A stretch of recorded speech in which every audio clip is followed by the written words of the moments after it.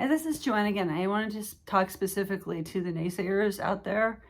This video is going to include quite a lot of editing, but there are things that people hide with invisible disabilities. Some are visible and some aren't. So I'm going to go through some of those. With HCU, a lot of times they do most of the condition, most of it is not visible. One thing you will notice, I do wear glasses. The lenses, and both my lenses were dislocated as of about age 3. This is a condition that doesn't present right away with most people. But the lenses will eventually dislocate if not caught at birth. It is on the newborn screening now. With the other thing, so my right lens was dislocated as of 3. Actually, they were both dislocated around 3, and they did notice that my lenses were dislocated just the opposite of Marfan syndrome, which is typically what it's misdiagnosed as. But my right lens was removed because it was my more dominant eye, and I was eventually taught to use only my right eye. So my left eye became kind of like a dominant, like a lazy eye, because it's not used. I can get that back, I found out from speed reading, but it causes double vision when I do.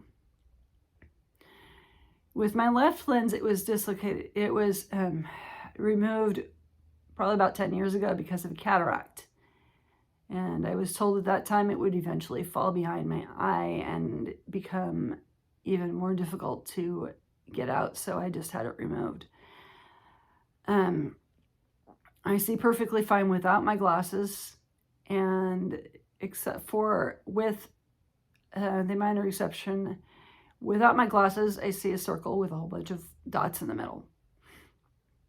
And that's only without my glasses. It's more visible at nighttime. If I were to even have a pinhole light shining in my eye, I would see it more vividly. Also, this is another thing I do have visible is this is a broken bone, happened probably, I want to say about 4 years ago. It's my broken clavicle. That one was the most painful thing I've been through in my life. And it broke probably about down to my lungs. And I was told that if I had gone any further, I'd have to have surgery. When it's going to involve some editing, I do have grand mal seizures, or did have them anyway. I haven't had one in close to 20 years since following the diet and being on medications. I used to cheat quite a lot, and I also wasn't really compliant as a child, so didn't take the medications and wasn't really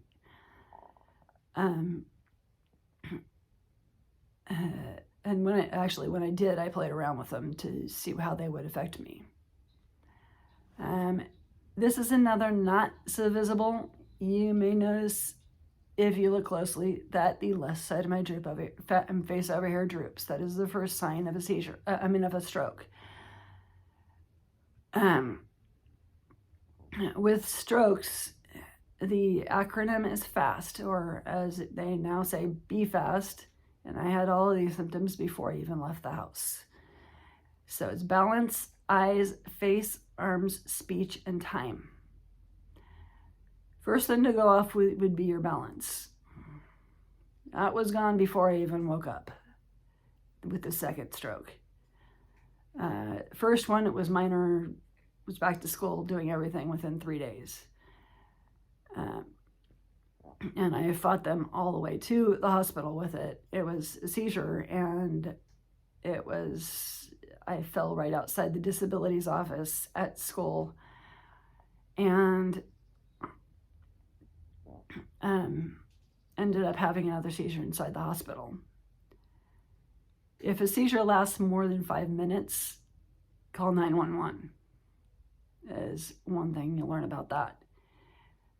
With grand mal seizures, make sure the head is supported. Do not stick anything in the mouth.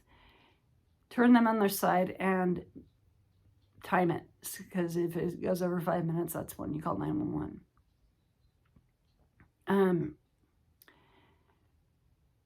With metabolic conditions, strokes are, especially with homocystinuria, it is also known for strokes, heart attacks, seizures, strokes, heart attacks, embolism sometimes.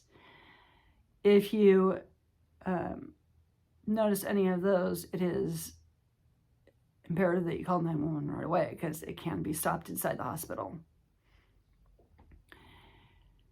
On my tongue, you will notice some bite marks,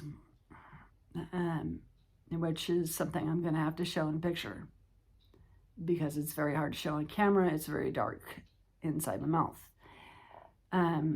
There is also a scoliosis scar from the back of my on my back that generally I keep covered because I don't really want to show it off, but it does go all the way down my back, and the rod stops about midway through my back.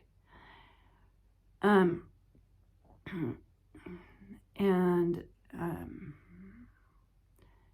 I also broke both my wrists. Right wrist was just along the wrist line. It is thicker now, and I can't bend my hand back all the way. With the left arm, it was my thumb area, because I tried to break a fall then. I was on Coumadin, and it stopped me from hitting my head, and so I would have had to have gone to the hospital to have a CAT scan. And that's pretty much it. Thanks for your time.